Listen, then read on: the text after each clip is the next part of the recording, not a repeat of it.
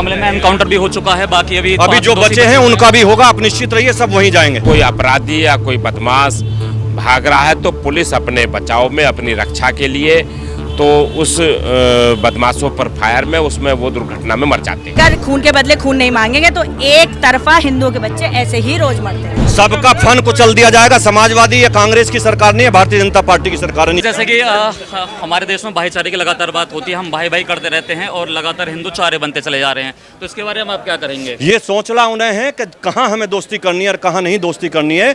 ये खराब मानसिकता के जिहादियों से दोस्ती करोगे तो नतीजा यही होता है सर। और इस मामले में एनकाउंटर भी हो चुका है, बाकी अभी जो बचे हैं उनका भी होगा। आप निश्चित रहिए, सब वहीं जाएंगे। देखिए, ये एक इस मानसिकता के लोग जो जिहादी मानसिकता के लोग हैं, ये जिहादी मानसिकता के लोगों का काम है।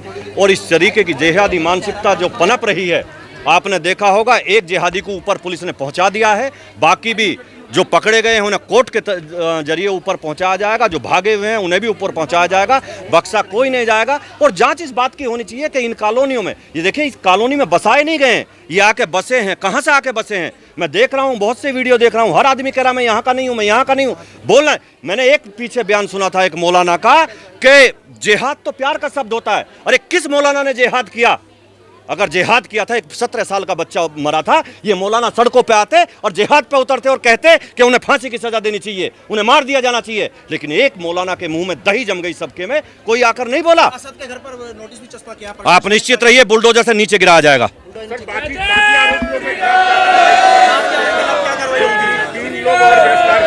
कार्रवाई वही होगी।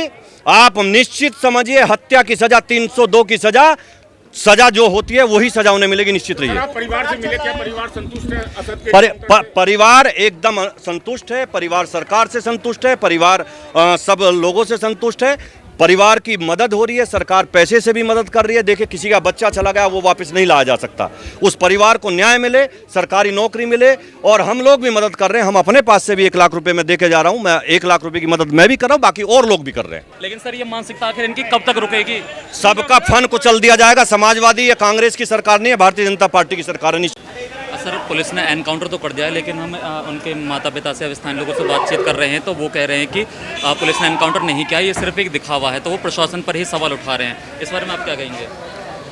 देखिए, मैं आज यहाँ गाजियाबाद खोड़ा में जो सूर्य कुमार की जो निर्मम हत्या की गई है, उस परिवार में शोक संवेदना करने के लिए आया हूँ। और ये जो आपका सवाल है, ये कानूनी कार्रवाई है। ये काम पुलिस कमिश्नर यहाँ के गाजियाबाद के वो देख रहे होंगे, और हमारी सरकार के उत्तर प्रदेश के मुख्यमंत्री श्री योगी आदित्यनाथ जी के वो संज्ञान में है। हम सब लोग उसको देख रहे हैं, हमारे ये पूरा प्रकरण संज्ञान में है। और हमारा सबसे पहला जो नैतिक जिम्मेदारी है, कानून को, कानून व्यवस्था की है, और साथ साथ में उस पीड़ित परिवार को सहयोग मिले पूरा। और जिस प्रकार का ये एक जघन्य हत्याकांड हुआ है, इस पर जो संदेश गया है समस्त समाज के अंदर, उस पर उन लोगों को एक राहत मिलने का काम मिलेगा, और निश्चित रूप से पीड़ित परिवार को पूरा न्याय मिलेगा। सर, किसी ये हिंदू युवक के साथ पहली घटना तो है नहीं, इससे पहले हम देख रहे हैं कि लगातार ऐसी घटनाएं होती चली आ रही हैं। तो ये जो मानसिकता है, ये कब रुकेगी? देखिए, समाज में बहुत बड़े जन जागरण की आवश्यकता है, और जिस प्रकार का ये द्वेष आपस में है, इसको दूर करने के लिए समाज ही केवल इसका एक पूरक कार्य का जो है सेतु का काम कर सकता है। तो इसके लिए भी सामाजिक संगठन लगे हुए हैं, और इन सारी चीज़ों को ध्यान में रख करके जो समाज में समन्वय बना रहे, और जिस प्रकार की ईर्ष्या है, दुर्भावना है, ये पूरी तरीके से ख़त्म होनी चाहिए। पुलिस ने बता रहे हैं कि पुलिस ने सर एक का आरोपी का तो एनकाउंटर कर दिया है, वे बाकी और 6 लोग बचे हुए हैं।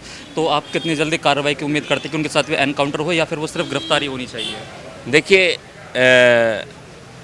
एनकाउंटर, हमारी सरकार एनकाउंटर नहीं करते। अगर बदमाश भग रहा है तो सरकार में कानून का राज है, सरकार को कानून का राज स्थापित करने की जिम्मेदारी है हमारी। वो हमारे मुख्यमंत्री श्री योगी आदित्यनाथ जी कर रहे हैं।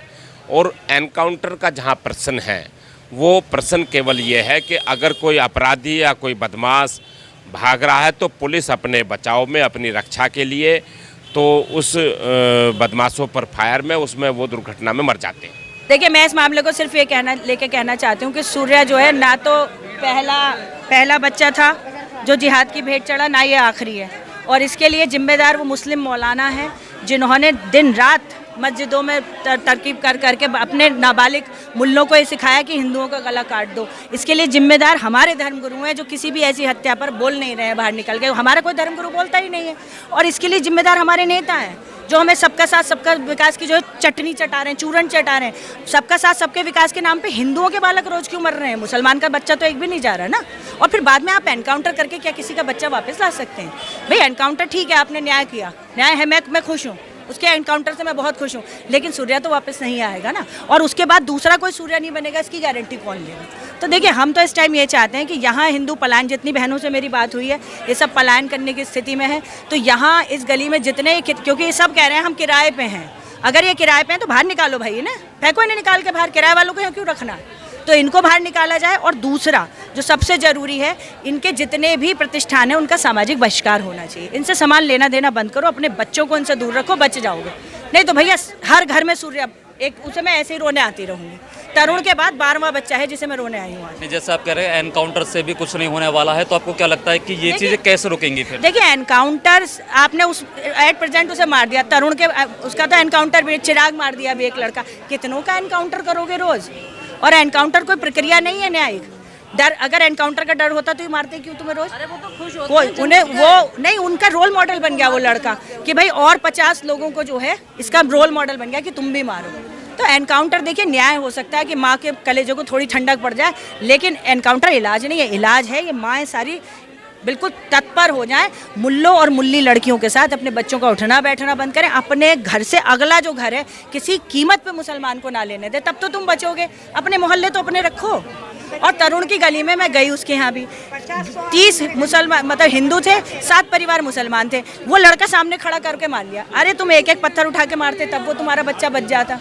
तो ये मानसिकता हमें अपनी बनानी पड़ेगी। ये कैसे होगा? जैसे आप बोल रही हैं कि उनको तो गला काटने में बिल्कुल शर्म नहीं आती, लेकिन जो हिंदू हैं वो पत्थर तक नहीं उठा पाते हैं। तो ये क्या हमारी शिक्षा नीति जब चेंज होगी तब कुछ हो पाएगा, या फिर क्या करना ये माओं को बदलना पड़ेगा। उन्हें अपने बच्चों को सिखाना पड़ेगा कि जो तुम्हें खरोंच मारे उसका गला काटने से गुरेज मत करो। ये तो अपने छोटे छोटे बच्चों को गाय का गला काटने की ट्रेनिंग देते नहीं देते? बकरीद पे क्या सिखाते हैं? ये तो उनकी तो ट्रेनिंग चलती है। तुम्हारे बालक कैसे कि चींटी मर गई, भैया इसे सॉरी बोल। लेकिन मैम, अगर खून के बदले खून ही मांगेंगे तो फिर तो पूरे देश में सिर्फ खून खराबा ही होगा। अगर खून के बदले खून नहीं मांगेंगे तो एक तरफा हिंदुओं के बच्चे ऐसे ही रोज मरते हैं। अगर मौत के बदले मुआवजा मांगोगे तो ये मौत नहीं रुकेंगी। मुआवजा सरकार 5 लाख रुपए देगी, ये काट लेंगे अपने जीवन 5 लाख में, और अगली बार दूसरा बच्चा नहीं मरेगा, इसकी गारंटी बताओ। मुआवजों से कोई हल नहीं निकलता। अब मरने से अच्छा है भैया अपने बच्चों को ट्रेनिंग दो कि कहीं फंसो तो मारने से भी गुरेज मत करो, अपनी तरफ से शुरू मत करो, लेकिन पिट रहे हो, मर रहे हो तो मारो। जी, बहुत बहुत धन्यवाद मैम।